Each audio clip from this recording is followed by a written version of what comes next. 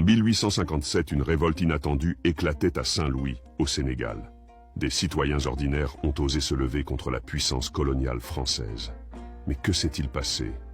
Et pourquoi cette histoire est-elle si peu connue? Restez jusqu'à la fin, car ce combat a changé bien plus que vous ne le pensez. La tension montait dans la ville. Les habitants, fatigués de l'oppression, se réunissaient, déterminés à revendiquer leurs droits et leur dignité. Parmi eux, un leader charismatique émergea, galvanisant les esprits et insufflant l'espoir dans leur cœur. La révolution était en marche. La confrontation éclata dans les rues, une lutte acharnée entre les opprimés et les oppresseurs. Les citoyens de Saint-Louis étaient prêts à tout pour défendre leur liberté. À l'époque, Saint-Louis était la capitale coloniale du Sénégal. Une ville stratégique pour les Français, mais aussi un centre de commerce vital pour les populations locales. En 1857, les colons français ont introduit une taxe injuste sur le commerce local.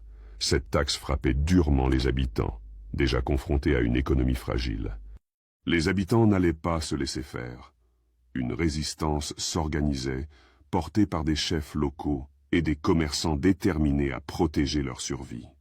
Mais comment des citoyens ordinaires ont-ils réussi à défier l'armée coloniale française? Vous allez voir. La lutte pour la liberté commence à s'intensifier, galvanisée par la détermination d'un peuple qui refuse de se soumettre.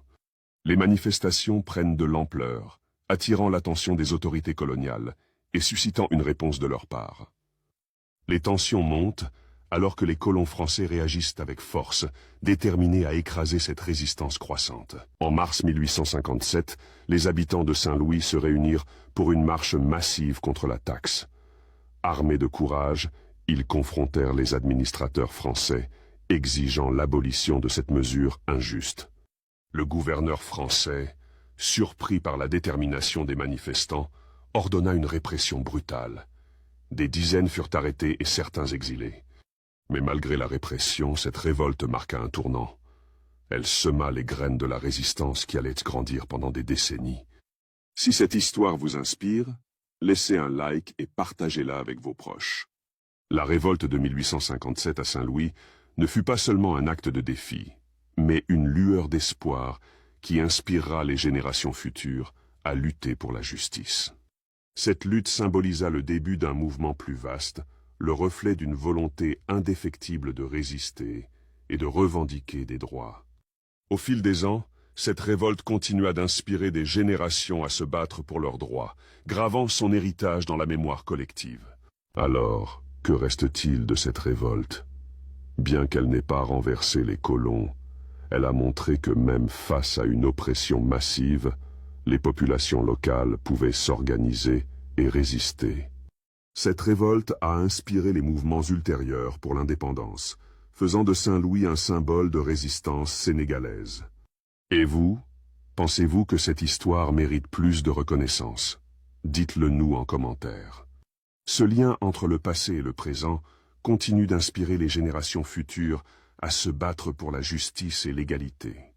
Les récits de la révolte continuent d'être transmis, garantissant que l'esprit de résistance ne s'éteint jamais. La révolte de 1857 nous rappelle que chaque voix compte, même contre les plus grandes oppressions.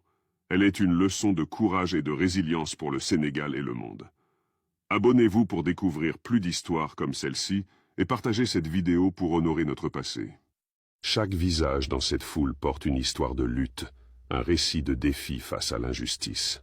Ces héros, souvent oubliés, continuent d'inspirer des générations entières. Les histoires d'hier sont le fondement de notre avenir. Chaque génération porte le flambeau de ceux qui se sont battus. Écoutez et apprenez des récits de courage de nos ancêtres.